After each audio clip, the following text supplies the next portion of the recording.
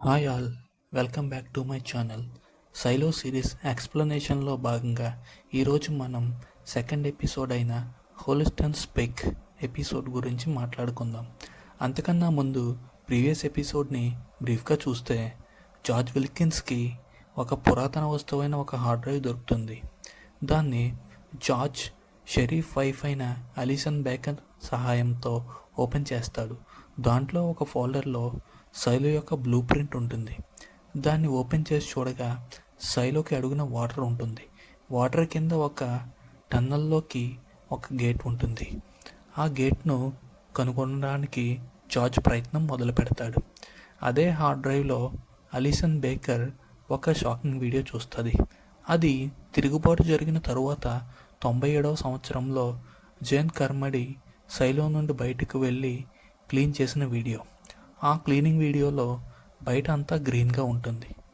అది చూసి Alison baker బయట ప్రపంచం అంతా సేఫ్ అని నమ్మకం బలంగా పెరుగుతుంది. అందుకని ఆమె సైలో నుండి బయటకు వెళ్తున్నాను అని అంటుంది. ఆమె బయటకు వెళ్ళిన కొద్దిసేపటికి ఆమె చనిపోతుంది. షరీఫ్ కోపంతో గ్లోరియాను అలాగే జార్జ్ను అదుపులోకి తీసుకుంటారు. జ్యుడిషియల్ వాళ్ళు గ్లోరియాను ఒక మెడికేషన్కి పంపుతారు. అలాగే జార్జ్ను మెకానికల్కి ట్రాన్స్ఫర్ చేస్తారు. అలిసన్ బేకర్ చనిపోయిన 2 years తర్వాత మెకానికల్ లోవర్ లెవెల్స్ నుండి పోర్టర్ ఒక మెసేజ్ తీసుకుని వస్తాడు. ఆ మెసేజ్లో 2 years బ్యాక్ మెకానికల్కి ట్రాన్స్ఫర్ అయిన జార్జ్ సూసైడ్ చేసుకున్నట్టు ఉంటుంది. కానీ ఒక ఇంజనీర్ మాత్రం దాన్ని హత్య అని అంటుంది. వెంటనే షరీఫ్ లోవర్ లెవెల్స్లో ఉన్న ఆ ఇంజనీర్ని కలవటానికి వెళ్తాడు. అక్కడ ఆ ఇంజనీర్ అయిన జూలియట్ నికోల్స్ని కలుస్తాడు. జూలియట్ నికోల్స్ని దాన్ని హత్య అని షరీఫ్తో అంటుంది.